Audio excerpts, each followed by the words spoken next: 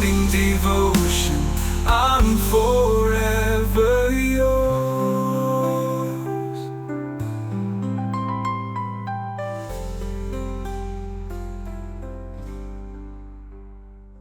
Praise the Lord. Hallelujah. കർത്താവ് നിങ്ങളെ അനുഗ്രഹിക്കട്ടെ.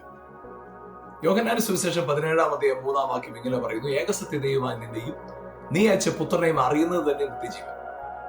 അപ്പൊ അവിടെ ദൈവവും പുത്രനും രണ്ട് കാര്യം പറയും. അപ്പൊ നമ്മള് ദൈവത്തെയും പുത്രനെയും രണ്ട് വ്യക്തിത്വങ്ങളായി മനസ്സിലാക്കാം. പക്ഷെ ആക്ച്വലി അങ്ങനല്ല. ദൈവം ആത്മാവാണ്.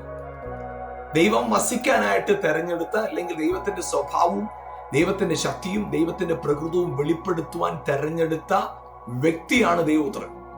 അതായത് ദൈവം എന്നിൽ വസിക്കുന്നുവെന്നും ദൈവത്താൽ ഞാൻ ഉപയോഗിക്കപ്പെടുന്നവനാണെന്നും ഞാനായിരിക്കാൻ കാരണം ദൈവമാണ്, ദൈവത്തിന്റെ ആത്മാവ് എന്നിൽ വസിക്കുന്നുവെന്ന് യഥാർത്ഥ ബോധ്യമുള്ളവനാണ് ദൈവത്തിന്റെ മകൻ, ദൈവത്തിന്റെ പുത്രൻ.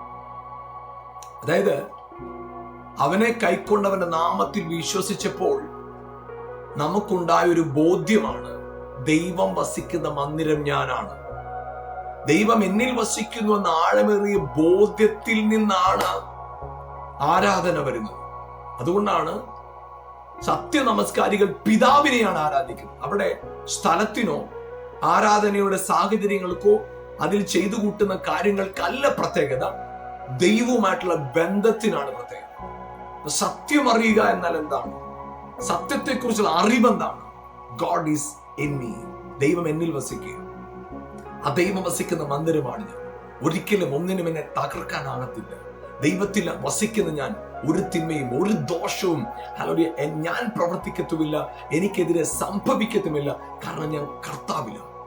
അപ്പൊ ദൈവവും ദൈവത്തിന്റെ പുത്രൻ എന്ന് പറയുമ്പോൾ ദൈവത്തിന്റെ സ്വഭാവവും ദൈവത്തിന്റെ ശക്തിയും ദൈവത്തിന്റെ കൃപകളും വെളിപ്പെടുത്താൻ തെരഞ്ഞെടുത്ത വ്യക്തി. അതെ, ഹല്ലേലൂയ.